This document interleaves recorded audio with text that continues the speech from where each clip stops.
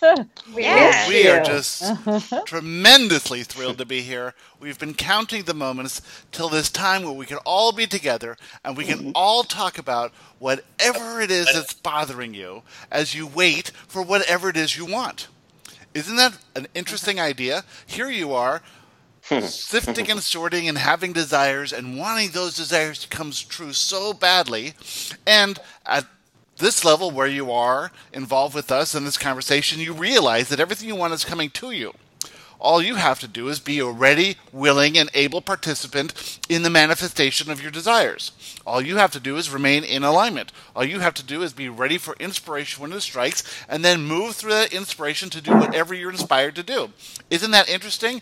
Yet here you are, as you know everything's coming to you, waiting for it, finding things to distract you from it, looking at things in a way that causes you to feel fear, and then thinking that nothing's ever going to come.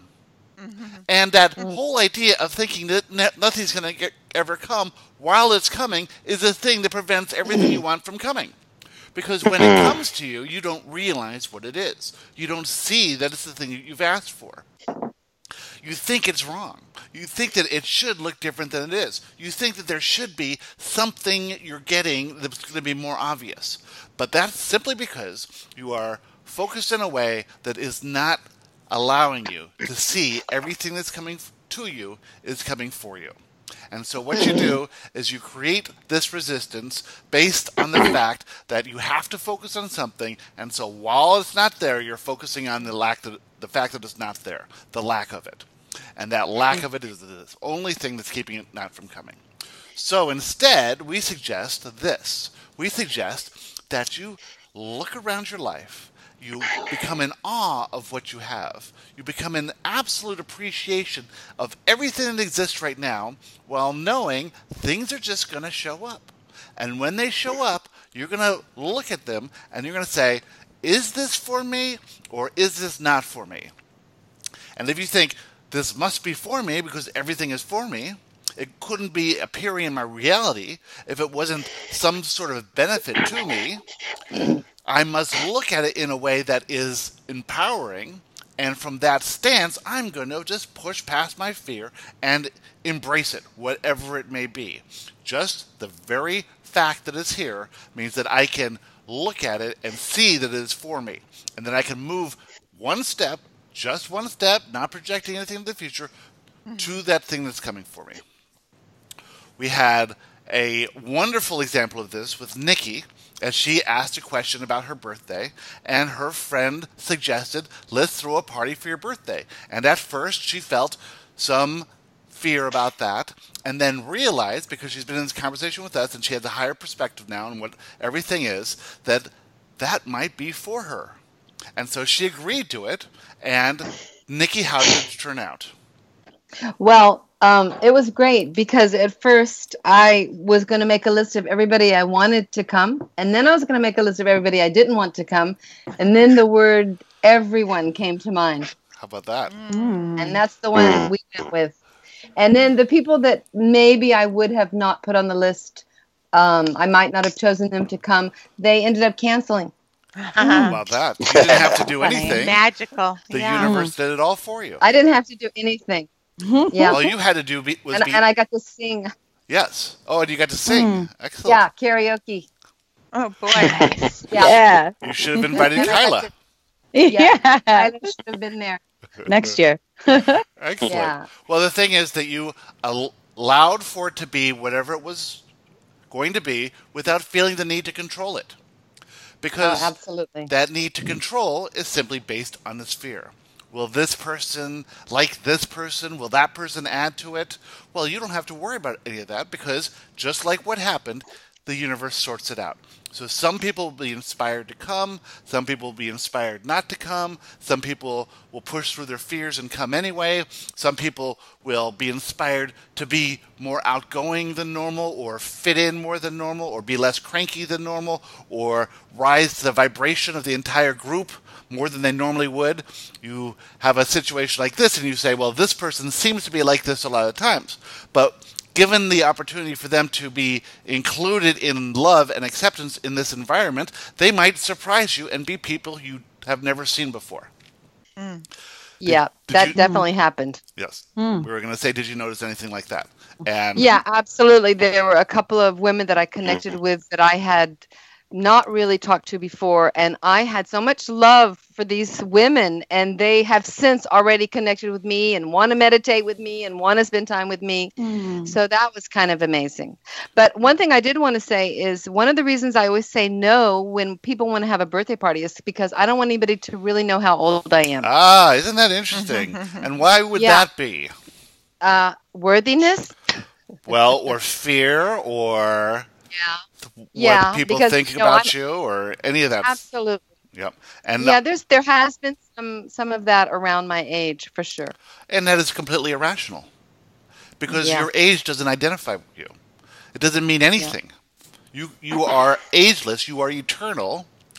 In this experience of this life, you are at a certain perspective. You wouldn't want it to be different than it is. You wouldn't want to miss the perspective of you as a 5-year-old or a 10-year-old or a 20-year-old or a 30-year-old or a 40-year-old or a 45-year-old as you are right now. Exactly. All this perspective is perfect. And you wouldn't want to miss the 70-year-old and the 80-year-old and the 90-year-old and the 100-year-old, the 120-year-old that you will be one day. Yay, 120. Yeah, I would really like to feel okay about saying exactly how old I am. I'm not quite there. Not only how old you are, but everything about you. You can be okay saying everything about you. How much you weigh, what you are interested in, what you like and dislike, what your past was like, what your childhood was like, what everything is like. You can be a completely open book because none of that stuff means anything about you. No, who you really are is a absolutely. limitless being of pure positive love and acceptance. So that's the only thing that matters. Everything else that you're hiding is due to the fact that you are worried about what people think and that you think that it means something if you are different than you are. Right? Yeah. You think that if I only was younger or taller or whatever it was, then people would love me. Well, that would never make any difference anyway. No. Right. So, and I don't need to be concerned with if they love me anyway. Because why? Because I love them, and that's all that counts. All that counts is your expression of love to others. And in an attractive universe, the funny thing about that is that the more you love and accept others, the more others will love and accept you. Why? Law of attraction. You put forth something, and you receive that in return. I totally got that this weekend. I got that from every single person in my life. So would you like to receive authenticity from others?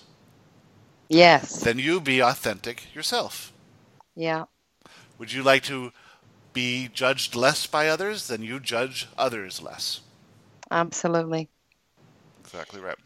Now, we're not saying that anyone here judges anyone, but that tends to be a prevailing theme amongst people.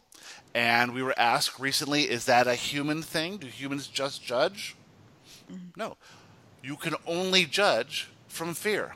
Without fear, there can be no judgment. That's why there's no judgment in the non-physical. That's why we cannot judge you. It's not possible for us to, because we have no fear whatsoever. We see you as perfect. You judge others because you feel some fear. Some fear that you're being judged, some fear that they're being inappropriate and their inappropriate behavior affects you. The closer you are to those people, the more you're going to judge them. And judging is just a control mechanism so that you can create a behavior within them so that they will bring up less fear. Yeah. If you had no fear, you would not judge. Because you have fear, you judge. If you can realize that your fear is irrational and allow everyone to do whatever they will do, then you can be with less judgment. And if you can work on being with less judgment, then you will perceive others as judging you less. And it'll be far more easier for you to be authentic if you can allow yourself to be seen as you are without fear of judgment. And you get to that place by allowing others to be as they are without judging them. Mm-hmm. Without seeing anything as wrong, it's very hard to judge. Yeah. Without realizing that when you're judging, you're just trying to control.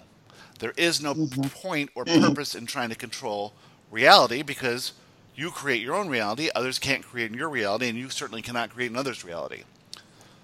And as a loving being, you would like to allow them to be who they authentically are without having to be different around you because they believe that you like certain aspects of them and dislike other aspects of them.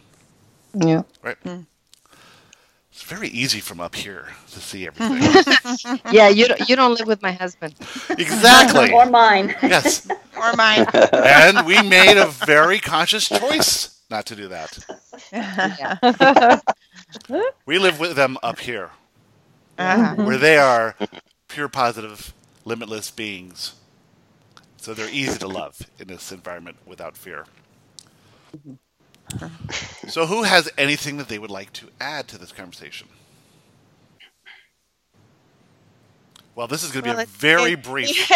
It's interesting we're talking about control on this call because Astrid and I have just been going around and round about how control shows up in many different areas, even trying to control my growth through Joshua. Yeah. As we were saying in the beginning of this, that as things are evolving for you, you can notice that they are manifesting at perfect time because that's the reality of it. Or you can manifest that they're not happening. It's not manifesting at the timetable that you think it should, as you compare yourself to other people who you perceive to be doing better or worse than you. And comparing is controlling. Comparing is controlling. Controlling is based in fear. Based in fear that you're not progressing at the appropriate speed, or that it might not happen for you, or that something that you think is happening for someone else is more appropriate for you than what is actually happening for you. Right? Yeah. You do not want to have the spiritual path of anyone else because that would feel off to you. It wouldn't feel right at all.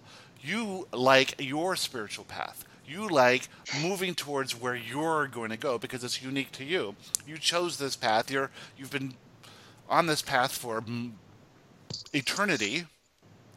And as you are with others, you judge yourself based on how you're doing in comparison to them.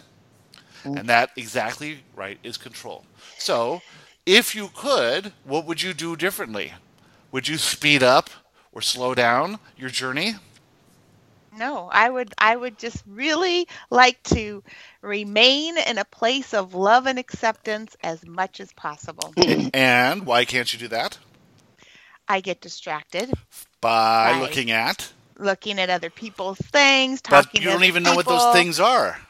Well, things not showing up for me. They are showing up for you in every moment. You're just not recognizing what they are.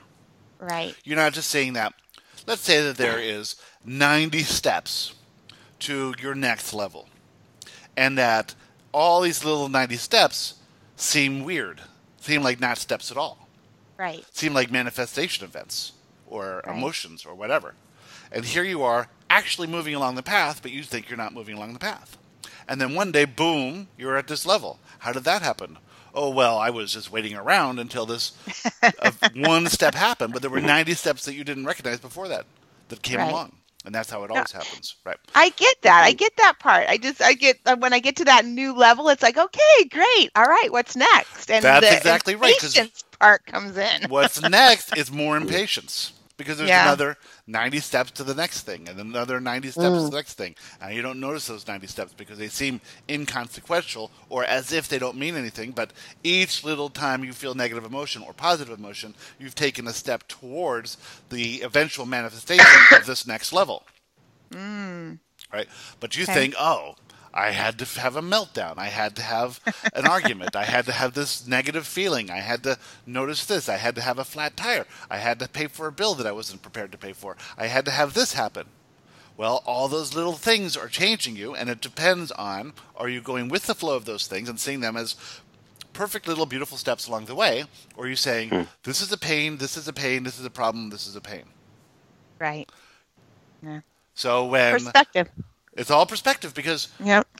everything is coming for you in the appropriate timing that you want. And you can go along with that in pure joy. That is your gift. That's your birthright. Everyone can do it. It's just a matter of choosing your perspective and how you perceive everything, because everything is neutral. Nothing means anything until you define it. And you can define a parking ticket as good or as bad. If you define a parking ticket as good, it is good. That's the reality of that parking ticket. If you define it as bad, that's the only way it could be bad. Now, if you got a parking ticket and you say, this is bad, why would you say it is bad? Oh, it costs money. What do people think? You're breaking the law. Right. Judgment. Okay, so it's a fear that abundance isn't really coming to you. Right? That this is going to take money away from you. This is going to seem like you did something wrong, which is going to attach meaning to who you are. But all of that is made up in your head. Abundance doesn't flow one parking ticket to the next. It doesn't have any impact on that at all. Abundance is coming in to pay for that parking ticket so that you can have that experience, so that you can choose your perspective on it, so that you can reduce the effects of a limiting belief, so that you can realize that the parking ticket doesn't mean anything about you, that you can see that a law is not anything that means anything about you. You can break the law all you want. It still doesn't mean anything about you. If you had this inspiration to buy a shotgun and go in and rob the bank, do you think it would mean anything about you? Would it make you a bad person? Right? No. It wouldn't. No. It wouldn't make you a bad person. It wouldn't mean anything other than you had this inspiration to do it. Right? Other people might judge it as wrong, but they don't know what's Go, going Wendy. on. That's right. That's right. You can pay for all your trips to Club Med, guys. You'll have to wear a mask, of course. That's right. I got a big bag of money. Yes. And get a driver. Okay. Don't Uber your way out of it. But nothing means anything about who you are. So when you can release the attachment to anything and not let it define you, then you are free to see everything as good. And if you see everything as good, it does two things. First, it informs how you perceive your reality so that everything just feels better. You're all doing this now already. At some level, you've all improved how you see your world. And as a result, your world seems better. But now, the interesting thing about that is that you actually create your reality, and so that your reality is actually better. So not only do things seem better, but the reality is better. It's an interesting thing, isn't it? When you perceive your reality as bad, your reality is created based on perceiving it as bad. When you perceive your reality as good, your reality is actually getting better. Not only is it seeming better, which is a big part of it, but it's actually better too. It changes because you've changed, you've stepped into a dimension that is a vibrational match to how you're feeling about your reality. And you bring the best part of everything you are focusing on with you towards that. If you feel good about yourself, happy and content with your place in life, realizing that everything you want is unfolding, not feeling fear, then you bring the best part of you with you into this new reality. And that reality reflects that. If you bring, say, to yourself, this is the best part of my mate, this is the best part of my house, this is the best part of my children, this is the best part of my town, this is the best part of my country, these are the things I appreciate, you move into a dimension that is actually those things. And so now it's easier to appreciate all these things because they bring them with you. And of course, fears will come up and distract you, and you'll process those fears and realize that they are meaningless and make no sense. right? And then your reality is enhanced more and more and more. So it's not just a perception of reality, it's a creation of reality through the perception of reality. There's two things there. Say that again? We can't. It's too complicated. It's not just the perception of reality. If you just do one thing, let's just say that you decide that when you see numbers lining up on a clock, that means you are loved. Just that one thing, nothing else. You might see one number a day that's lined up. You might see two numbers a day. Every time you see it, you say, I am loved. I feel loved. I am loved. That changes your perception of reality. From feeling like a random individual to feeling like a random individual who's loved. That slight change in your belief system causes you to perceive reality differently, which causes your reality to be different, to actually form, based on who you now think you are, with this just tiny little addition of this feeling of love every time you notice the numbers aligned. Now, carry that forward more and more and more and more, and you create more momentum, more power, more leverage of universal forces to create this phenomenal life that you don't even have to worry about. You don't have to plan any of it. You actually don't have to think about what you want. You just have to know that it's coming. Again, another perception of reality. Once you perceive that everything is working out for you and that everything is coming to you and there's nothing you need to do other than to act when inspired and push past fear and manage the fears and stay in alignment. We know that's a lot of stuff to do, but you don't have to make a to-do list. You don't have to do anything you're not inspired to do. You do have to realize whether it's fear saying it's not inspiration, or whether it's actual inspiration, right? But if you can just do that, then you'll be carried forward to everything that you have ever wanted. You'll just let it unfold. And so the trick of all that, as we have discussed, is to release control and therefore release judgment and therefore just go with the flow, which is basically the first thing we ever said. Yes, it is. Yeah. Yes, it is. So if we focus and practice, we can create new habits and momentum. Focus. Focus is an excellent term. Focus, we don't know who said this, but focus, someone quoted this, focus is the steering wheel of the mind. Who could have said that? It's brilliant whoever said it. I think it was Jesus. So, what is focus? Focus is choosing which way you perceive a neutral thing. A neutral thing happens. You might habitually call that neutral thing wrong, but focus is saying, I'm not going to call that wrong because that is not empowering. I'm going to choose the empowering way to put my attention on that, and I'm going to focus on it in a way that is looking at the positive aspects, or how that is good, or why that is for me, or why I don't need to worry about it. That's what focus is. So focus, and then practice of focus. I have two examples of how that played out for me this past weekend. So in terms of my perspective on a situation and sort of my expectations and what I was focusing on. So this last week, I kind of dove into myself and just was really selective about how I engaged with people. And I had fear come up about them being mad at me or them judging me for not responding or me losing love, essentially. But I just did that, like the aligning numbers on the clock. I just thought of all these examples of ways that I knew that these people did love me. And I at first felt the need to or this urge to reach out and apologize for how I was being. And then I fought that and just kept focusing so that by the time I did re-engage with person after person, they just expressed this unconditional love for me. Like, we know you're you. And so it's okay. Whenever we connect. And it was perfect. And so that focusing on the examples of love that I already had, I felt like created this outcome where I received this love that I had feared losing, but pushed past the fear. Yes. And just was the authentic version of me and then got exactly what I wanted. Yes.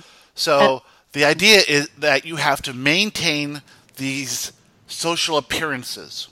You have to call people back. You have to make sure they're okay. You have to make sure they understand why you do or do not want to do something. All these social conventions designed so that you don't lose love, so that you are acting in a way that they will deem as appropriate, even though you're not inspired to do any of this stuff. Right. If you're not inspired to do it, then it has no benefit for you. So then you don't have to do it. It's just the fear that tells you that you have to do these things. You have to show up on time. You have to call people back. You have to write letters of appreciation, whatever it is, thank you letters, all these social conventions that if you're not inspired to do them, you can't really do them anyway. It'll come across as insincere or inauthentic.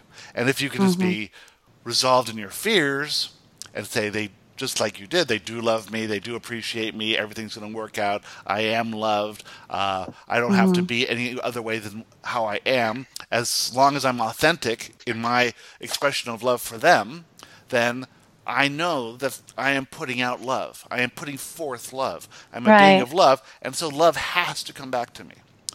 And so what happens is, in their minds, they might at first think, I wonder why she didn't do this. And then they will receive inspiration themselves. Because they are not separate from you. That the universe doesn't just inspire you without inspiring other people. It inspires everyone at the same time. So that they can co-create in a way that is effective to all of them. And the only thing that gets in the way of that is fear. Now, you don't have any control over their fears.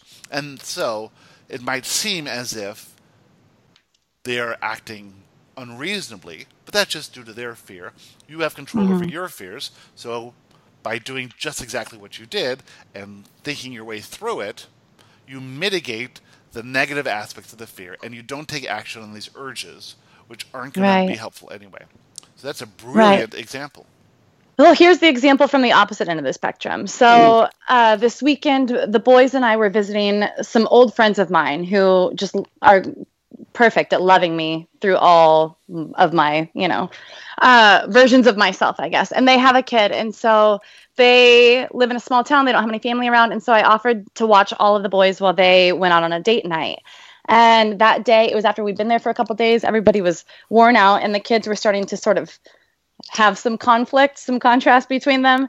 And that day, as this date night was coming and I knew I was going to have all these boys, what I was focusing on, I was making these boys wrong. And I was thinking about how it could get crazy, with these boys. And because it was going to be closer to bedtime and dinner time, and I was going to be doing all of that, and so I was just having these fears, and without realizing it, I was just focusing on that part of it. And so my friends went out on their date and things were okay at first, but I was actively trying to control the situation, find ways that I could keep the boys from, getting into arguments over a tricycle or whatever. And so it all just escalated to the point that my oldest, I don't even remember what he was doing now, but he did something that I judged as wrong. I tried to make him be different than he was, and he refused to be different than he was. And so I tried to change the conditions we were all outside, and I said, it's time to go inside now.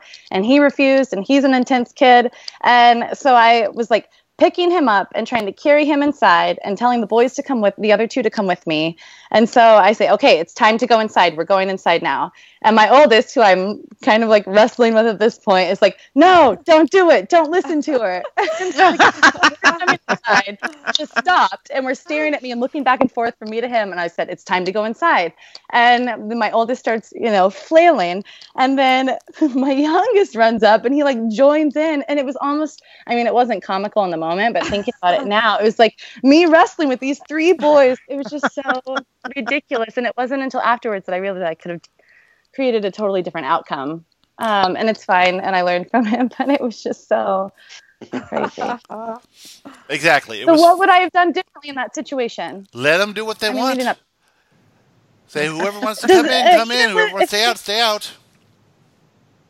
What would have happened if they stayed in the yard for another half hour? They might have run away? They were to the circus? No, I don't think they would have run away, but they were getting into physical fights, and that just scares me. It is scary. Yeah. Yeah, and you could literally say that is a rational fear. Okay. But not really. Right.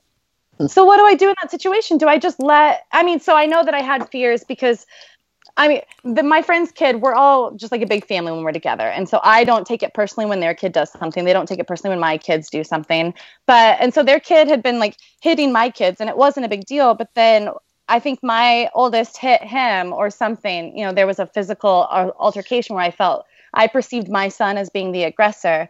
And that brought up fear in me, not just about the kids getting hurt, but what they would think about you. My friends come home. Yeah, exactly. Mm-hmm. And so how did you let this happen to our child? Yeah, which is irrational because they would totally understand that this is just stuff that happens. Yes. But in the moment, I don't know. So in the moment, do I let them keep fighting? What's the loving response without asking them to change, but still? What's the loving thing? The only loving thing you can do? Allow them to be who they are, but how do I? So allow them to continue fighting, or is there a loving way to change those conditions? There's two ways to do it. You can accept them for who they are as boys who are going to fight. Right. You're not going to change that. Right. You're going to make them wrong for being who they are. So you can love and accept them for who they are. Or you can say to them that the authentic version of me has a fear about what you're doing. And I really want to control you.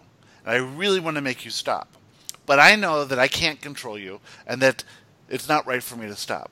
But maybe we could do something else. And I realize that I'm asking you to control my fears for me. But in this moment right now, I can't think of anything else. Right? And that way you're not making them wrong. You're sort of taking the blame for how you are not processing your own fears. Okay. And you say, I accept that you're boys, that you want to fight and you want to play. Right. But here I am in my friend's house. They're not here. And if something was to happen to their son, I would feel terrible about that. Kyla, looking back on my boys, in situations like that, that's what I did that a lot of the time because I never wanted my approach on it was I never wanted them to feel like my feelings had anything to do with them in a sense. Right. And when stuff like that would come up, I'd always preface it with, this is making me feel. My feelings may or may not be justified or right, but I want you to know that this is how I'm feeling. It has nothing to do with you, but I need to tell you that you guys are fighting and it's really just making me feel uneasy right now. Right. That makes total sense to me and it shows me from the wider perspective how that event specifically was happening for me because I've been able to do that with my son, with my oldest, one-on-one in these, like safer feeling situations. Where I've had fear come up, I've been able to say, here's my fear. It's not your fault. Right. This is what I think would make me feel better, but I understand that you're going to be who you are and do what you do. And then, so this was just the next layer of the onion in this group setting, adding in, scientific experiments, the unknown variable, this other child who isn't mine. So that's just the next level of exploring it for me. Okay. Exactly. So the idea of this is the next layer of the onion is perfect. So you've gotten to this level now where you can allow your son to be who he is in your home with you. Right. More so. Now you add in this one more variable. Gets you a chance to feel another level of fear. And this onion is never ending. So you move to these higher and higher and higher and higher places. The fear that comes up is that I'm back where I was. I don't know. Not at all. Well, it feels like you're back where you are because this was the response you had when it was just your son. Right? It's the same fear. But if you look at it, it's a far more advanced fear because you've got someone else's. Now, if this next level, it may be a stranger. And that might be, or it might be in school.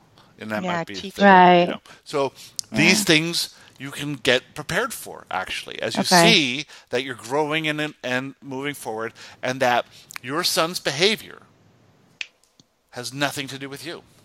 Right. You are not defined by him, his outcome. You are not defined by how well behaved he was. And that's the huge issue with parents. It's not that they care if their kids are good or not. It's that they care that they are perceived as good parents or not. Right. they are judged. When you Yep. are judging how you believe, people are going to judge you based on how your child is behaving. So you're judging him, so that brings up that fear that his behavior reflects back on you. You could care less about his behavior. You could care less if your son was out there by himself and the other child was in the house with you, you would have been fine. Right? You kept the kid away, the kid was safe, and your child was out there, and maybe you have some fear about that on a different level. But as far as this one child getting hurt by your child, that fear wouldn't be there anymore. So you could have done that. So anyway, it's always this idea that the behavior of the other person, whether it's your child or your mate or parents or friends or whoever, reflects upon you in some way. And it never does, of course. You can allow everyone to be who they are, realizing that they have their own inner guidance system, and this is a manifestation event for them, leading them to birth these desires or to create these preferences for the future. Now, there are children who are never allowed to express themselves physically in fighting or playing or roughhousing. Those children are going to figure out a way to express it at some point. Yes, they do. Yes, And if they don't get this part of it through their system now, they're just going to do it later on in life. Right. And you much rather have them do it now when they can't really physically do any harm to each other. Yeah. What was so interesting was afterwards, I mean, I processed it and I didn't get to this level of processing with it, but, raised myself back up out of it, like let go of most of the guilt for the way that the situation went down.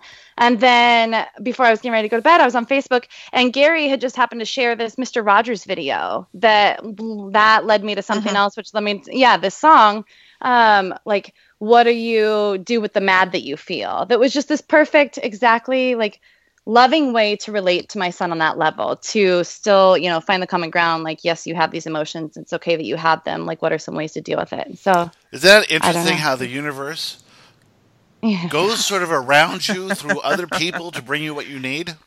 It is. So how does Gary see that, of all things? And how does Gary share that? Right. He has no kids. What is interesting about that to Gary? He loves Mr. Rogers. He's always been a huge Mr. Rogers fan. In fact, he has a poster right now in his room. Yeah. Hey, Kyla, back to your first example of how when you felt like people were counting on you to get back to whatever. It's funny because when Joshua said that, we had made a tentative thing to get together and talk about some things, and it never happened. And a couple of times last week you popped into my head and I thought, oh, we're supposed to get together. And then just this overwhelming now is not the time came over me, and it was just like, okay, have fun, Kyla. And so I was just like, let it go. And so see, there's verification that you can do that. That's exactly what's happening. Wow. What's happening is that the other people are getting inspiration at the same time. Right. Because it isn't separate. It can't work separately. You feel like you're an individual, but everything. Gary has the inspiration to look at Facebook, and this random thing about Mr. Rogers comes on, and he has the inspiration to share it, and then you have the inspiration to go to the phone and see it at the time, and this is what you needed to see when you needed to see it. Right. The idea of abundance, receiving what you need, after you had gone through a manifestation event that was for you. And you might be thinking to yourself, I should have done that differently. But why would you think you should have done it differently? Because I should know more. But how could you know more if you haven't gone through that experience? Yeah. So that experience was perfect. Right. Because you can't know more until you get to that spot. Right. And then when you get to that spot, you get the lesson out of it, as long as you're focused in a way that sees that this is for you and not your children just being, ruffians or whatever. So you see it as it's for you, and that whole perception that how can this be for me? How can their behavior be for me? And then, no, I get it now. I get it now. I get it now. And so you don't have to beat yourself up for it because you couldn't have gotten it without this manifestation event. Right. Not in the way that you got it, for sure. Right. You could have thought of it ahead of time and then dissolved the whole thing. You could have made game and wore them out. You could have done these other things, but you needed this experience to face this one fear that was still stuck in your vibrational craw that's sort of limiting you from going to the next step. Now that you've had this awareness, you've raised your vibration, and you're ready for the next step. And that's going to be whatever it is. It could be a beneficial manifestation event. It could be some sign that there's a change in your reality. It could be all kinds of things. You don't care really what it is. You just are ready for the next thing knowing it's for you. Now, can you see this to the way that some other people are by just saying that the children are wrong and they should be different than they are? You know?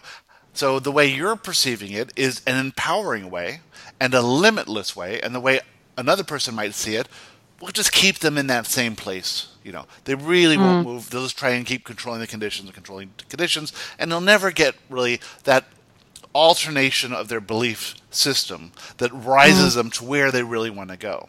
And this is what causes the stress. So if you can see a situation like this where, why don't these kids change who they are? I beat them and beat them and beat them, and still they're the same, right? Or, this is for me. I can see this now. This is how it's working out. I can perceive them as good as they are, and I can move on to the next level. There's no stress in that, is there? You know, you just completely reduce the stress of that. When you realize that these are just occurrences that happen to bring you and them, of course, to the next level, and that everything's working out. But if you're resisting it, then that's where the stress is. That's where the inner conflict is. That's where you think you're not doing a good job as a mother, right? Because they're not behaving right means you're not a good mother. Well, that's certainly stressful, isn't it? Where you fear others are judging you for their behavior, that's stressful. But when you realize that you're not defined by their behavior, then there's no stress. And then you can live easily. And just that one change in perception makes it a much more stress-free life. And stress really is the only thing that ever is, you know, going wrong or making it difficult.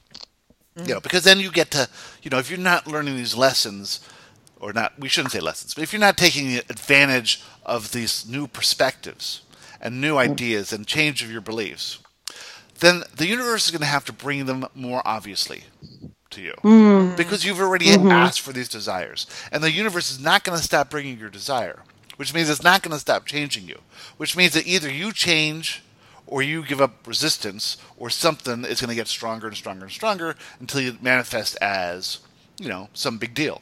And in that big deal, you have a chance to jump the tracks and change your whole life around. But why put yourself through that when you can do it easily and stress-free as life goes on? I have a question on the, what if it was the other way around? What if, like, your neighbor's kids was hitting your kid? Like, do you break up that fight? Do you let it just kind of unfold and be themselves? I mean, to a certain extent, or... So is it okay to love and accept your child but not the neighbor's kid? Well, you see your kid getting beat down by the other kid. What do? You know, as a mother, you want to, you know, do something. There's only so much you can allow. Okay. But if this is a manifestation event for your child, are you going to save them from every single manifestation event of their entire life? Are you going to feather their nest so completely that they never have any experiences of contrast? The idea that an experience of contrast is a negative thing is the only thing that's negative about that. The idea is that they have these experiences, and from these experiences they can birth desires, and these desires will lead them towards what they want, towards their preferences. The desire is the engine of manifestation. So now they get into this fight with the neighbor kid. Gary was 8 or 9 years old, moved into a new neighborhood, got into a fight with the local bully in the street, and got beat up. His mother suggested judo, so he took judo, and he got into it, and from then on, because he was always a very small kid, from then on, he could defend himself easily, and without this experience of the kid beating him up, and nobody saw it, you know, it was in the middle of the street, in the middle of the day, but not one person saw this happening, or came out to stop it. Without that defining experience, he would never have the desire to defend himself and to accept this idea of judo, and his mother would never have been inspired to suggest judo and take him to judo, and he would never have hung in there doing the judo for as long as he did it, and getting belts and things like that, and getting much stronger and much more capable. And later on in life, he came to a new school, and another bully approached him, and he handled the bully in front of the entire school. And it was the first or second day of school, and from then on, he had friends instantly and was talked about, and everyone knew who he was. And so these things lead to things that you can't possibly imagine down the road. True. So if you try and say, well, is he going to die? Yes. Then take him out of the way. Is he going to get seriously injured? Is his face going to need surgery? Is he going to, have long-term psychological problems? Sure. Take him out of the way. But if it's not too much of a danger, if he's just playing around with friends, if he's just figuring himself out, if he's just being adventurous and boisterous and exploring his reality, then let him get his cuts and scrapes and bruises. Let his ego be hurt. Let his idea of the world change a little bit. It's not a bad thing. He chose this trajectory anyway.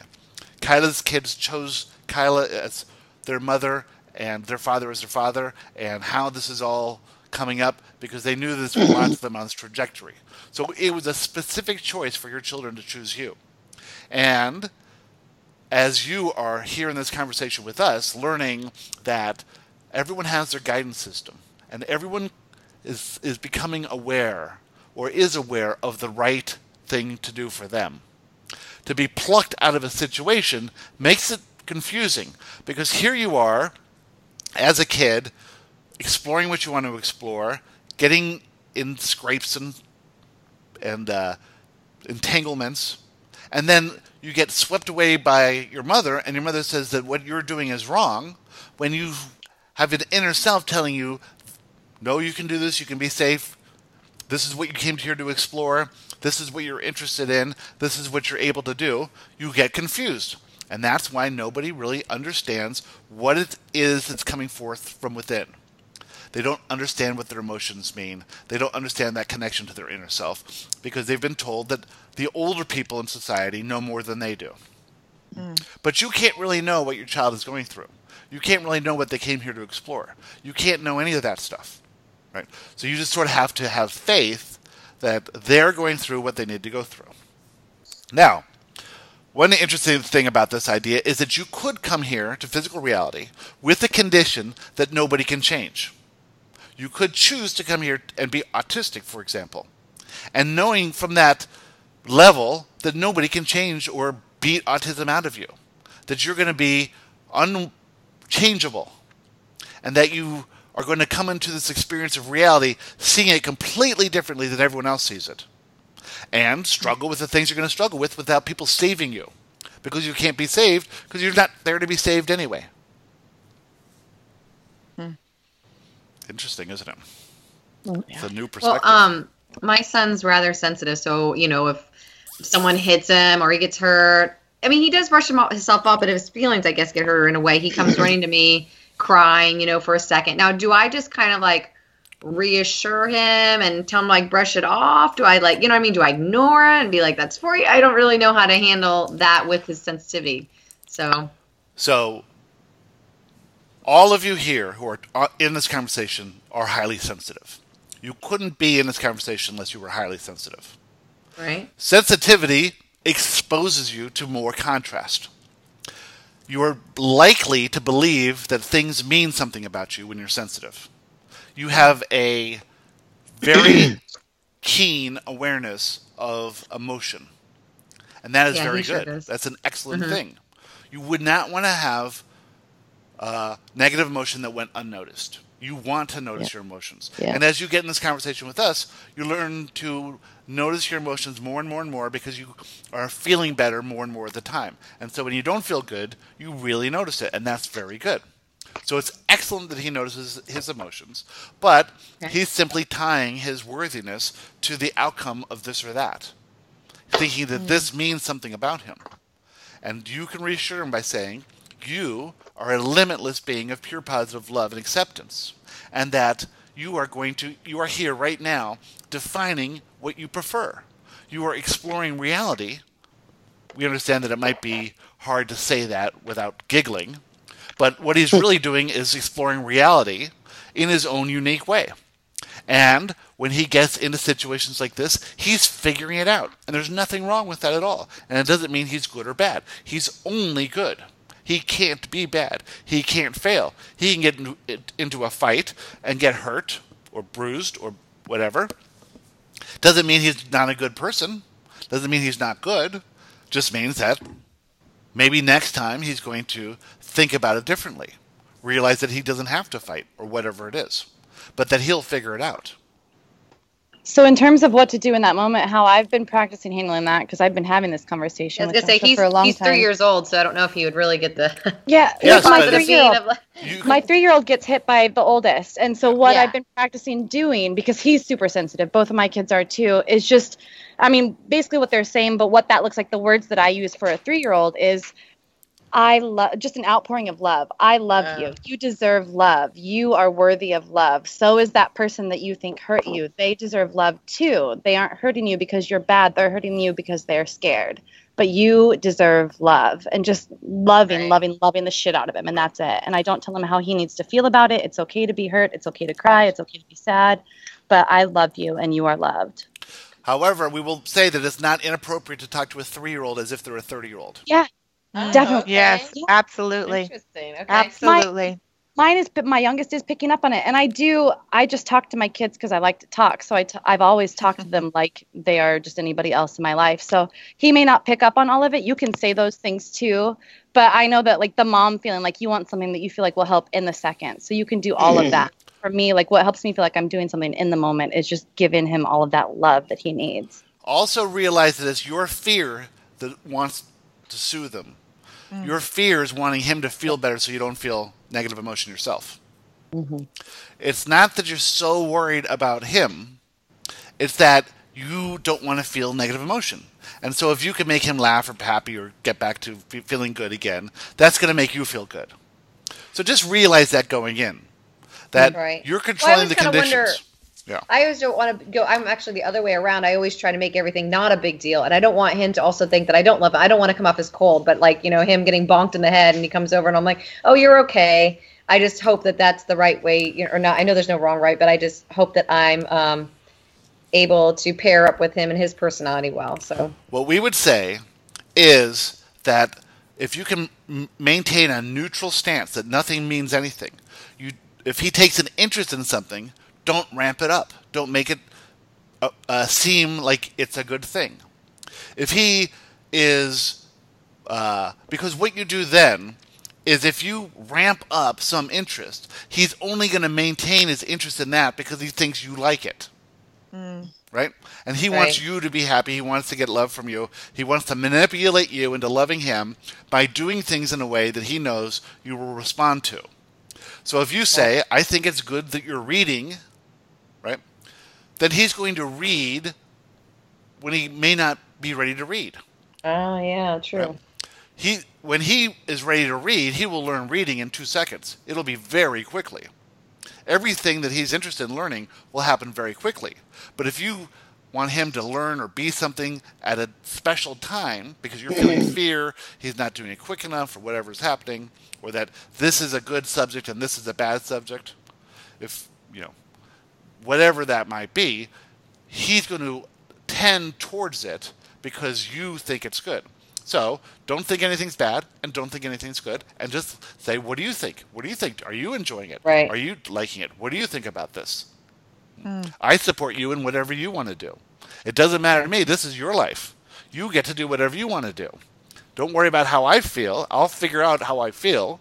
I might have fears that you're interested in motocross jumping, but that's my fear, and I'll deal with that. You do whatever you're inspired to do, and I'll support you. That's a good response. I like that. Thank you. Full of good responses. Excellent. So Did you understand your question, Julie, about, did you read your answer regarding helping? No, was it the latest question? Yes. It was no, not yet. I haven't had a chance to. The most brilliant question we've ever answered. No, really? Darn, okay. That's true of every of our last questions, though. Let's get better. Well, we'll talk about that another time. Who else has something they want to throw in there? Hi, this is Allison. Hi, Allison. Hi. I have had a funny thing the last couple of days. Maybe 3 days ago. The word alignment was used somewhere, and I actually was out walking, and I stopped in my tracks, and I said, "Alignment? I know about alignment. Wait a minute. Do I know about alignment?" And I realized that I've read for 20 years now, Abraham, Joshua, et cetera, and the word alignment was always used for all over the place, for everything. And I hadn't heard it for like a month. I haven't heard the word alignment. Guess what happens? Every half hour over the last 3 days, the word alignment. And you said, right in the very first minutes of this conversation, you used the word alignment. And I don't know if I have a question about it. It's just like, where did it go and why is it back? What is alignment to you? Being in tune with my real self, with the universe. And what does in tune with your inner self mean? Why would you want to be in tune with your inner self? Doing well, connecting, happy, healthy. But there's a reason to be in alignment. To be able to receive that, to be able to hear it, to be able to see it, feel it. What happens is you birth a desire.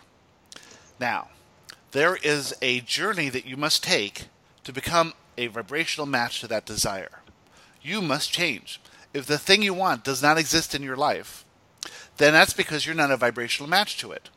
Your vibration is, we will say, a mix, a jumble of your thoughts, beliefs, fears, desires, approach to life, attitude, moods, perception of reality, that sort of thing. That mix does not match what you want. In order for what you want to come into your reality, this mix has got to change. Mostly your limiting beliefs have to change, or the thoughts you think, or the way you perceive reality. Something's got to change about that. Now, you are unaware of this. You think everything is fine. But what you want does not exist. So, your inner self knows how you're going to get there. Your inner self maintains this perspective on your life. This perspective is the path to follow for your desires to manifest. You don't even have to know what your desires are. You don't even have to know, say what they are. Your vibration says what they are. Your vibration contains the most detailed, complex narration of your desire. If you were to write 10 books, you could not adequately say what you truly desired, right? But the universe knows, and that's your true desire.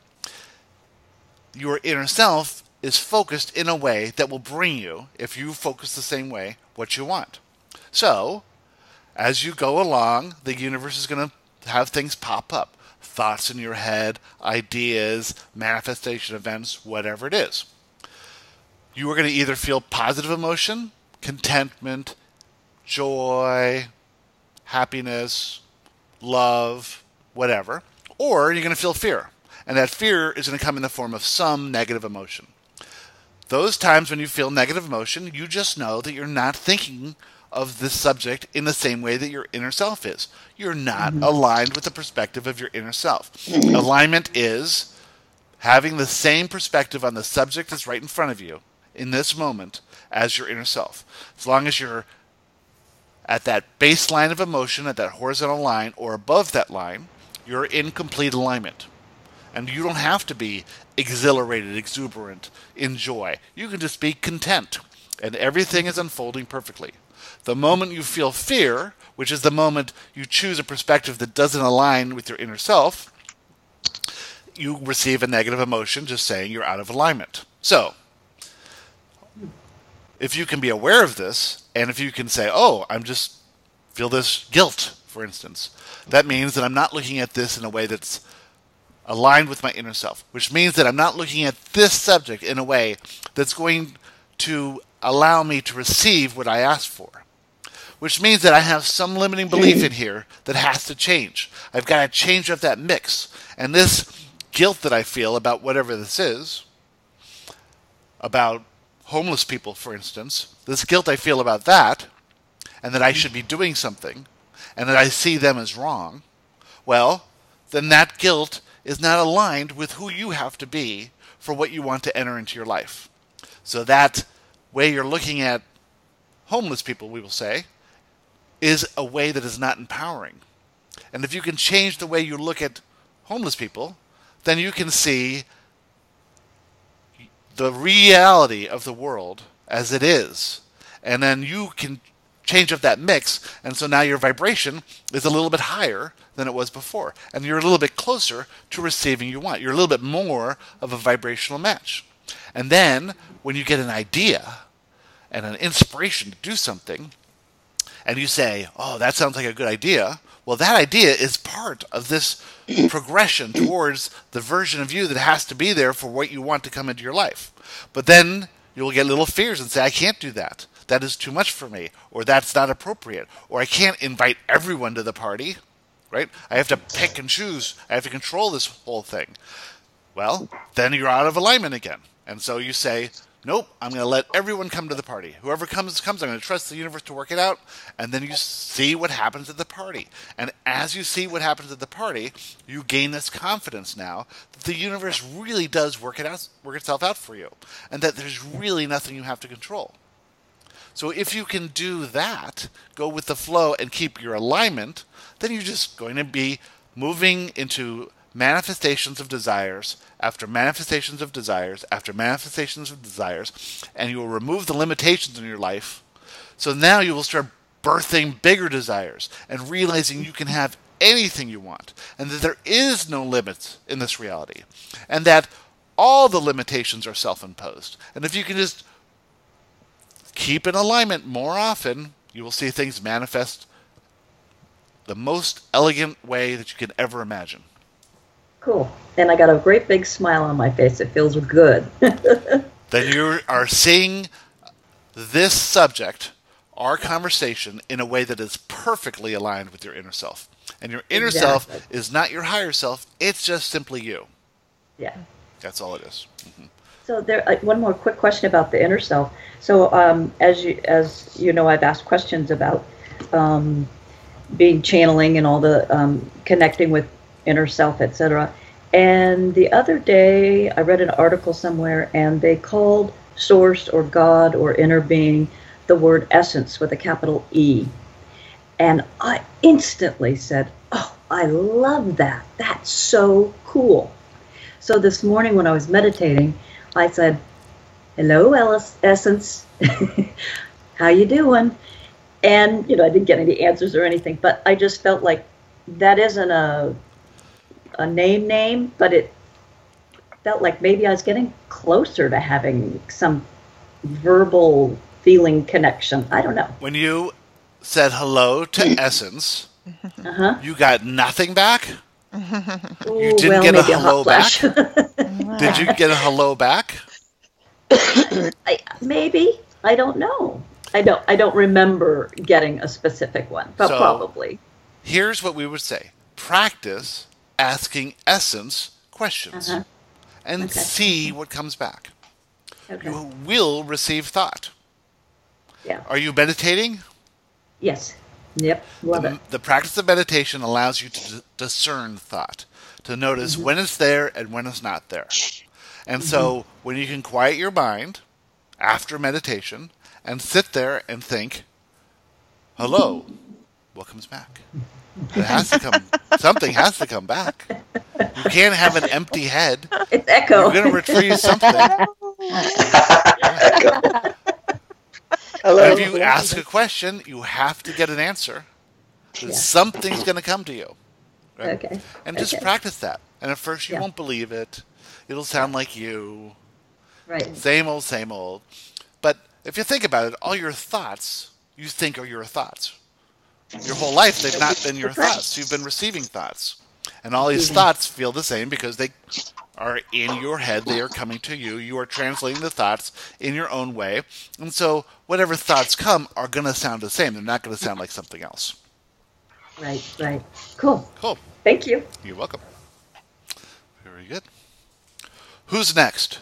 Speaking of talking to non-physical energies, who would like to talk about that? Astrid Halverson. Astrid? Yes. How are you? Well, hi. Are you getting over the disbelief of what's happening? Yeah, I've been having a few. I think I've been resisting a lot for the last week, and I couldn't get past being neutral. I just couldn't. I mean, this is something I should be excited about, and I am excited. I just don't feel it.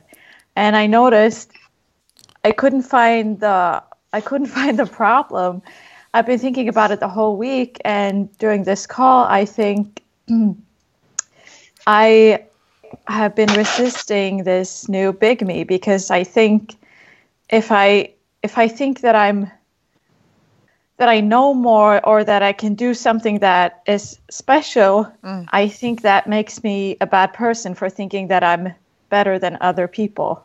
Like, I'm not supposed to think that I can do anything that not everyone else can do. Yes, I know everyone can do it, but everyone is not doing it. So that's just... Everyone doesn't have the desire to do it. Yeah. Everyone isn't you. The uniqueness about you, the intention that you set prior to your birth, the path that you've lived, the incredible trajectory of your life to lead you right here to ask leading edge, the leadingest edge of the leadingest edge questions, the questions that Gary is excited about, or the answers that Gary gets excited about, because they are so leading edge, because it's such a unique interpretation of an infinite intelligence coming through you. Yeah. That is really very exciting, very interesting, very fun to watch, and you can say to yourself, I shouldn't think I'm better, or you can say to yourself, I manifested what I intended to manifest, and I did the necessary vibrational work to reach a vibration high enough, first of all, to get into a one-on-one conversation with Joshua, which is very rare. It doesn't mean I'm better than anyone. It just means that I did the work to get to this vibration. This is what I intended to. This is the result of this trajectory of life that I've lived. I went through all of that life so that I could get here and get into this conversation with Joshua. And then the next logical step in that conversation for you personally just happens to be this way of translating infinite intelligence that has never been done before by anyone. And I'm so good at being me. And it's just, I've been feeling guilty for even wanting. I guess I was feeling guilty for getting what I wanted. And it's... So you feel sad that you're not getting what you wanted. And you feel guilty for getting what you wanted. Yeah. So you're sort of stuck there in a stressful situation. So you have to resolve that fear or that negative emotion in some way that allows you to have pleasure in doing whatever you want to do. And so you might share a little here and there. You might dip your toe in the water here and there. You might realize that, hey, some people get to be piano players, and I'm not jealous of them. Some people get to be millionaires, and I'm not jealous of them. Some people get to experience poverty, and that's not what I came here to experience. This is what I came here to experience, so I'm going to have fun with it and see where it goes and play around with it and not attach any relevance to my being to it. I don't mean I'm not good because I do it. I'm not bad because other people can't do it, that sort of thing. This is just something, this is my unique talent. And I get to explore that. That's what I came to explore. And everyone has their unique talent. And maybe not this is possible for other people. But even if it was possible for everyone and everyone did it, no one would do it like you do it. There would always be people interested in the way you are doing it. Mm-hmm. Right? That would. And Astrid, if I may, like anyone, anyone who's going to do something big, or has made a big change, and they're becoming their bigger self, it's so normal to have little resistance to that, and have that fear about being seen, worthiness, all these things. And so what's happening for you is the perfect next step to resolve that, be able to be okay with that, and then continue on. Yeah, so I know. And it was just as soon as I could find out what it was, it sort of released on its own. Yeah. I just had to figure out what it was, and So it's going to get easier and easier and easier and easier, and it will unfold, and there's no rush to it. There's just doing whatever you want to do in the moment you want to do it. And then if you notice negative emotion, you process the fear that's at the base of that negative emotion. Yeah, so I have a question though, because today, when I was at yoga, for some reason the yoga teacher played that like that tone of music or whatever that stimulates the third eye. And something happened, and after that I got like a headache right where the third eye is. So I'm just wondering, is it something, or is it a coincidence? Well, there is no coincidence. But is it just a headache? Like it's a just resistance. Headache? Oh, okay. That's all it is. It's just a little resistance because you're attaching something from this music. You're thinking about what you're able to do. You're wondering, you're specifically more interested in the spiritual aspect of it, and how all these things work together at a much higher level. And so you are saying to yourself, you're trying to resolve how this is all going to unfold. You're sort of trying to control how it's going to unfold, right? Instead of just allowing it to unfold by just doing what you want to do. And Gary has always wanted certain things to unfold in business.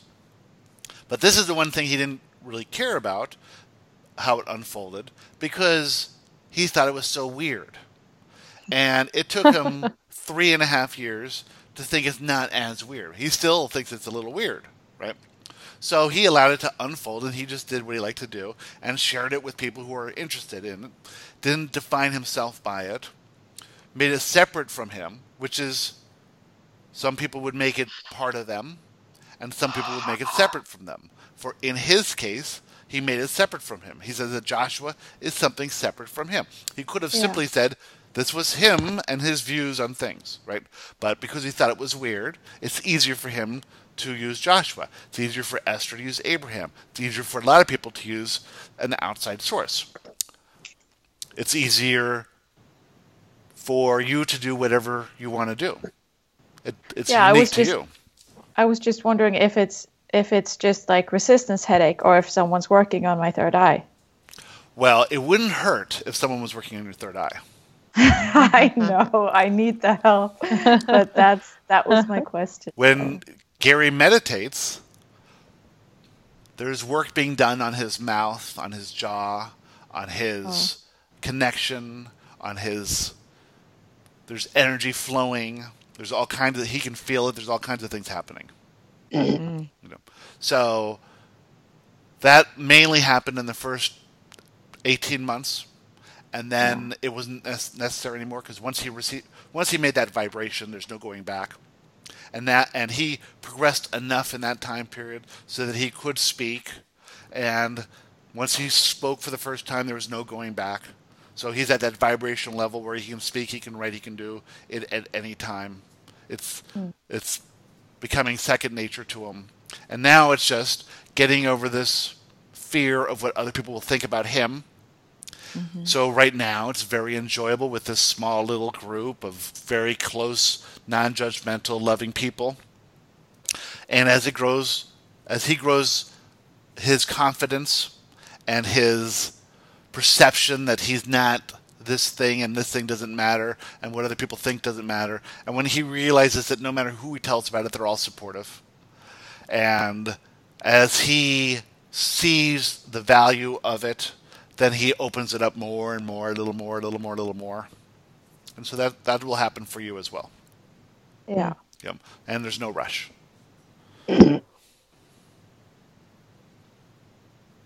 Excellent.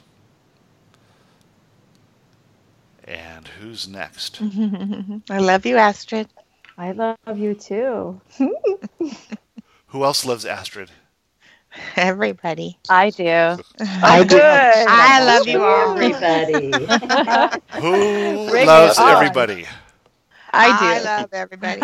I love everybody. Doesn't that feel good? Yes. Yeah. Oh my Yeah. God. Don't you know that you're in alignment when you say that? Yes. Don't you Yes. feel a little fear that people will think you're weird for saying that? Yes. Don't you Yeah, realize no. that fear is totally irrational? Yep. Yeah. Isn't it easy to push through that fear and to Pretty much. say, I love you to this group of people? Yeah. That's all this is the inspiration to say I love you, the fear that comes up when you think about it, the pushing past the fear, and then the feeling of exhilaration when you actually say it. And the feeling of love you receive by putting that love out there and receiving that love back. That's all we're ever talking about. Yes. And the good feeling of putting it out there with no expectation of it coming back. But you know it's coming back, but no expectation. You don't do it Right. to get it back. You do it because you're inspired to do it. Right. When it Thank comes you. back, you appreciate it. Yeah. And you're You grateful always for know it. what I'm trying to say. You always know what you're trying to say, too. I just can't get it out. My You mind can goes- always get it out. You get it out more eloquently than you imagine. Everyone knows Yep. what you're trying to say. Mm-hmm. That's true. Excellent. Okay. Well, we only have time for 13 more questions. So if anyone has one last question to ask, now's the time. I do. If anyone else, does anyone else want to go? Why Go would for it. anyone want to go when they're all waiting to hear what you have Yeah. to say? I would like to talk about chakras and energy and Oh, you should talk blockage. to Astrid about that. That's Astrid. Chakras and energy and rockets? Is that what you said? Fun. And pockets? Chakras and energy and what else? Blockage. Like you know, Blockage. yeah. So your body, because you have old fears, You do? it manifests into a body. Why? Why do you have Ale. that? I know, right? So how do you clear a blocked chakra? Yes. How do you clear it? I was thinking it would just come natural. The universe will manifest little events, and then you would recognize the fear and you would release it, and it would just naturally flow. Is there a benefit to believing that a chakra can be blocked? No. No. So let's say this. Let's say that if you're in alignment and feeling good, are you feeling good and in alignment right now? Yes. Then we would say your chakras are open. Okay. If you are feeling worried about saying something, then is there a chakra that corresponds to that? The throat? So there's a fear about what you're saying. So if you realize that that fear is not in alignment with how your inner self sees you saying or whatever it is, then you can resolve the fear around that and open up that chakra. And you open up the chakra by moving through the fear and speaking what you have to say. Would that be the best way in the world to open up the throat chakra? Yes. By maintaining your alignment, you are naturally flowing. There's nothing inside you that is causing you to be bogged down that you can't resolve. There is no leftover fear or any of that stuff. It's just momentum, but you can process it, and as long as you're in alignment, the chakras aren't going to matter that much. And if you want to say that I touch this chakra and I give it energy and love wherever it is, and I move my fingers around and move my heart around and physically touch it, and I open it up, I open you up, and I release the fear. I release the fear, and I connect with my inner self and my guidance and my millions. And now my heart chakra is open, and my throat chakra is open, and all my chakras are open, and I feel an alignment, I feel clear, and I release my fears, and I release my anxiety, and I release my tension, I release my stress, I release my resistance. That's all you have to say. There's nothing holding you back. Okay. In the moment, you can feel fear or not feel fear. You are either aligned or not aligned in this moment. There's if you are carried forward from the previous moment and you still feel fear, well, you're just feeling fear, right?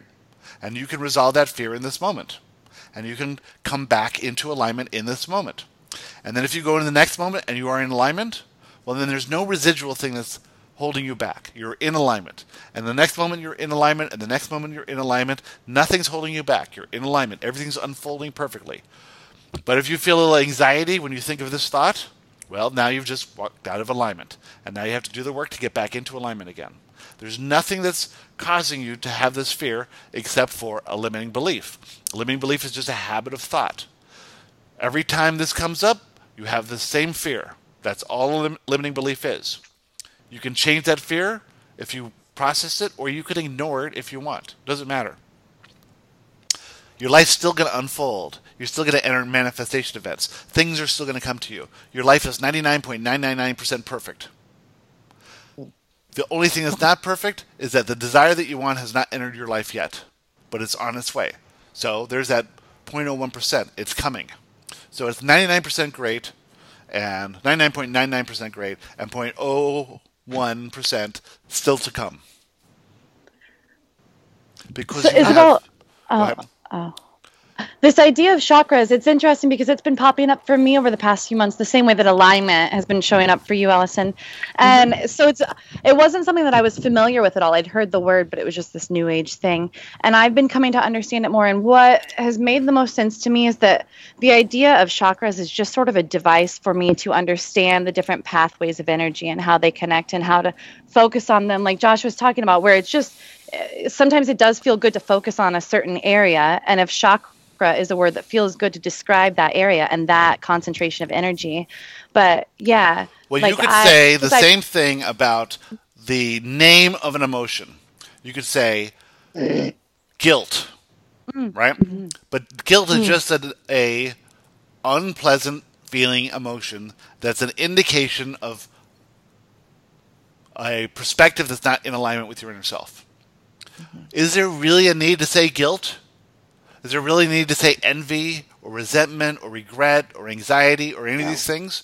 It's just negative emotion. There's two emotions. There's love and there's fear. So if fear is, you can call it whatever you want. So if you want to say that your heart chakra is open, but your throat chakra is blocked, well, you're just saying that there's a fear here and there's not a fear here. And that's fine. That's good. You can say, oh, there's guilt. Now let me look at it this way so I don't feel guilt. Right? You can say that I'm worried about homeless people. I feel I should be doing more for homeless people. Let's look at that in a way where I don't feel bad for homeless people. Okay, homeless people. Well, there's other people who are interested in supporting them. They are going through some experience that they came here to experience. They actually have ultimate freedom. They can actually have no attachment to anything. They don't base anything on possessions and things like that. This is a valid experience for them. Okay? So I just opened my heart chakra, and I just released my guilt at the same time. You know? Now, that's great. That's a wonderful way to do it, and if you're interested in that, that's a fantastic thing. But we just say that if you're in alignment, your chakras are open, and if there's some fear within you, then and you want to identify it with whichever chakra that is, the only problem that we would say, which we won't say is the problem, is that if you see yourself being resistant, and then you say, well, that's because my throat chakra is always jammed up. Right. And that's why I can't say it as eloquently as I want to say it. It never comes out right. And I'm blaming my throat chakra, and there's just nothing I can do about that. I have to go to a healer and have them do something to my throat chakra. Well, that might work too. That might be fine for you. But we think it's a lot easier just to say, hey, there's a resistance here. What's this resistance about? Oh, it's my perspective. Change my perspective and then ease that resistance until I feel relief. And as I feel relief, then I'm going to say, hey, my chakras are open again. Yeah. You know, one way I look at it, and you guys like check me on this. I don't know if this is the best way to look at it, but you know, so we have resistance or we have fear that comes up, maybe something we're not looking at, and it keeps showing up. And then it might turn into a physical ailment or a cold or a blocked chakra, right? So, and then now the physical ailment, it could be a distraction. Like if I have something wrong with my elbow, I'm thinking about it's my elbow. How can I, heal my elbow? Instead of thinking, well, maybe it's a resistance, there's some kind of an emotional reason to it. And so if I look at that emotional, like how have I been feeling lately and what's connected to the elbow or the perceived block chakra, and then dealing with the emotion of it or dealing with the resistance. Dealing with the fear, exactly. Yeah. Dealing with the resistance, yeah. Yeah. Right. So you could say that my heart chakra is closed. What's the term for that? My heart chakra is blocked. And you could say it's blocked. The reason I know it's blocked is because I don't feel love for this person. Would that be an accurate statement? And you would say, well, why don't I feel love for this person when I should feel love? Why aren't I feeling love with my mate or my parent or my best friend? Why is that blocked? And then you could say, well, they did something that I resent, or they did something that I think was wrong. Why do I think it's wrong? Then you could go through the whole thing of how is it right? How is it good for them? How is it good for me? What is it saying? Why am I resisting this? Why do I think they should be different than they are? And boo, you clear that blockage. So like Mark was saying, that's an excellent way. It's an excellent way to see it. But now, what would make you think your heart chakra was blocked in the first place? What's the symptom of that? With a sore elbow, you could say, well, there's some physical resistance there, and I notice it, and I realize it must be resistance. So let me think about what I've been doing. But how do you know when you have a blocked heart chakra? I would think it would be also like a physical, like your chest is tight, or you're coughing, or I don't know. I would think it would be some kind of physical sign. So if you could identify that it was some physical thing, then maybe you could look at it. A block. But why would you? Kyla, why would you think it's a block? It's like a recurring thing. So the way that I perceive blocked chakras, or the idea, what other people mean when they're talking about them, is an ongoing, it can manifest as physical or just tightness or the same patterns that play out. And to me, it's just the layers of the onion. So not that it's blocked, but like you're saying, you just process it as it comes up, and you can see it as this thing that's sort of wrong. Oh, I have the chakra that's blocked, or you can just perceive it as another layer of a certain aspect that you came here to explore. And then how do you unblock the chakra? Isn't an energy healer a lot of times tell you that you have I see that this chakra is blocked, and they're kind of telling you, they're looking in, into your body and telling you of blocked chakras. Isn't that how a lot of people hear about, someone tells you your heart chakra is blocked, they're an energy healer or whatever, and they're looking at your energy. Right. Isn't that how that happens a lot? Yes, that's certainly one way to happen. And because you're self-contained, it's the way that you find out about that, your way of doing it. Yep. So the way to unblock it would be like, I could say, oh, I have this blocked heart chakra because I have a fear of a loss of love. And so for a long time, I was afraid to give love because I thought that was opening me up to hurt. And so I didn't know anything about chakras, but I could have said, oh, I have a blocked heart chakra. But so I don't focus on unblocking it, things just pop up that show me that I have this fear of loss of love. And then with Joshua's help, I became aware that I even had this fear of loss of love, or this blocked chakra, if you want to call it that. But then just every time something comes up, oh, here's this. Oh, process it. I feel negative emotion. Why do I feel, the steps that have been told to us over and over. Excellent. And so that's, Exactly. Yeah. But it's not that there's something wrong with me and that my heart chakra is blocked. It's just that this is a fear that I came to explore. And these are all the ways that I'm doing it. Exactly. But you guys help me out here, because I feel this might, I think I have a limitation, because I think focusing on the chakra, and maybe this is my I don't have a complete understanding of it, but it's almost like a layer that's unnecessary to focus on it, is what I'm thinking. It could be. It could be a layer if you attach it to some identifying label about yourself. If you say, well, I always have a blocked heart chakra, I always have a blocked throat chakra, that's just me, that's how I am. Mm-hmm. But it could be beneficial if you could see it as, this is something that I can work on. This is a resistance, just like the resistance of fear or guilt or whatever. I can work on this, and I can understand that there's a fear and a limiting belief at the base of this blocked chakra. Because blocked chakra right there is already, it's a charged thing to say. It's a scary thing. I have perceive it as a negative thing. Yeah. If you perceive it as an opportunity to work it on it, to have it as a beneficial thing, just like a beneficial manifestation event, a beneficial negative emotion. You can see all these things as negative, or you can choose your perception of them. And you say to yourself, wow, aren't I lucky that I was able to understand that I have a blocked chakra here, and now I can do the work to receive it. It doesn't mean I'm a bad person by having a blocked chakra. It just means that I have the opportunity to become aware of what I'm doing. And for me, the words block and chakra are simply ways to express what's going on to other people who understand. And sure, everybody has their own connotations of those words, but that's just the way for me to sort of make my non-physical energy stuff physical, or a way for me to express it. So I don't have any attachment to the word chakra or to the word blocked. They're just ways to like sort of paint this picture of what's happening inside of me. Right.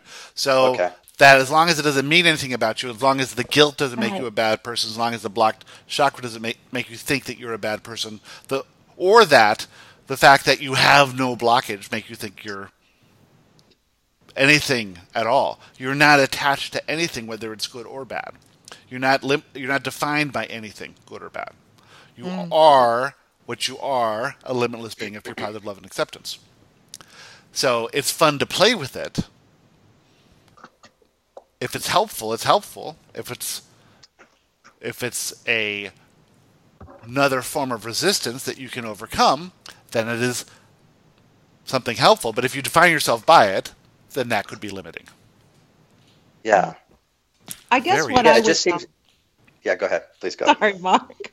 No.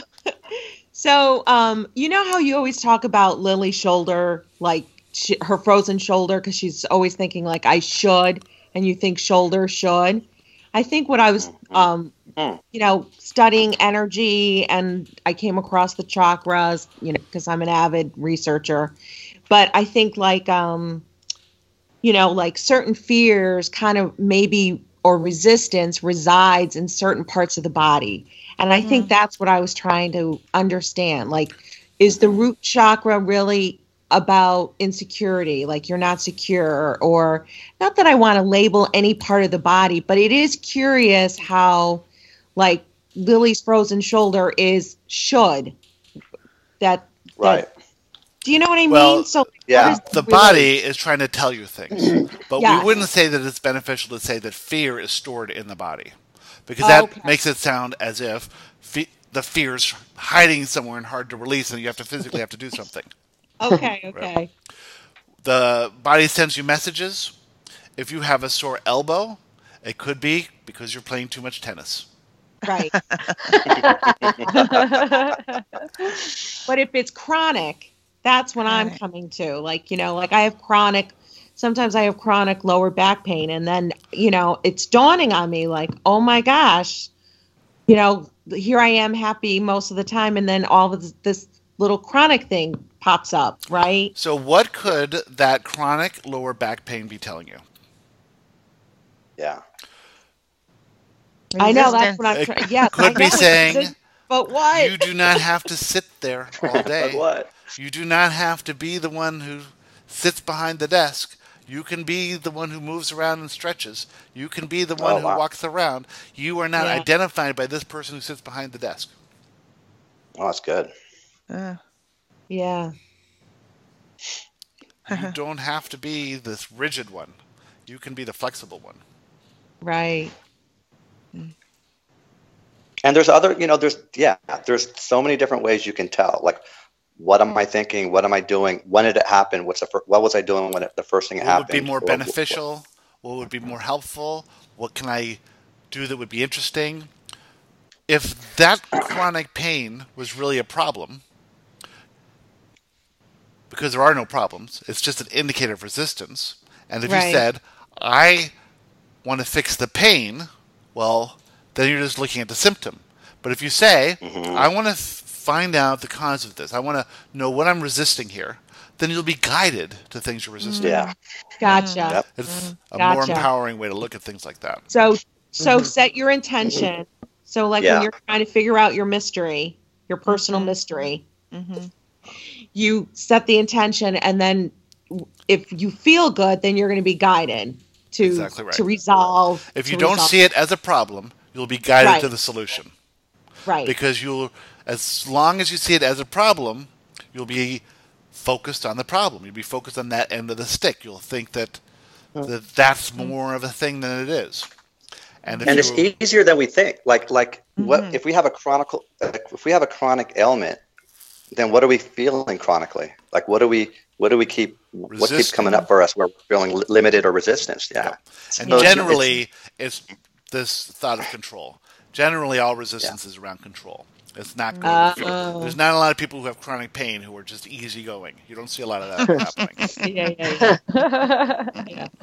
I've been noticing that more and more with the migraines. As I feel them coming on, I can stop, say, okay, inner self, what am I resisting here? What's the issue? And most times I can divert it. Now, I'm not saying it doesn't come back 10 minutes later, but I can divert it and keep it at bay by listening to it. As long as you don't think that the migraine is a bad thing. I say thank you. I say thank you for this indication. Wow. Yes. Exactly. And you've come such a long way with that, huh, Wendy? Haven't I, though?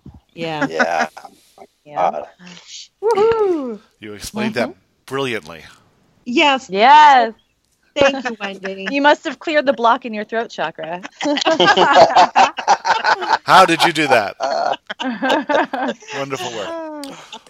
Well, we would like to say that this has been literally the best conversation we've ever had in the history of the universe. This is the best one? This is by far the best one. There's not been anyone that's been better than this. This is incredible how good this one's been. And we missed you all terribly.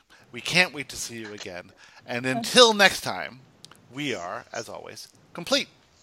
Thank you. Thank you. Thank you. Thank you, Gary. Thank you, Love Josh. you. Love you too, guys. So Love everybody. good. That really was the best one ever. I was thinking that during it. It really was.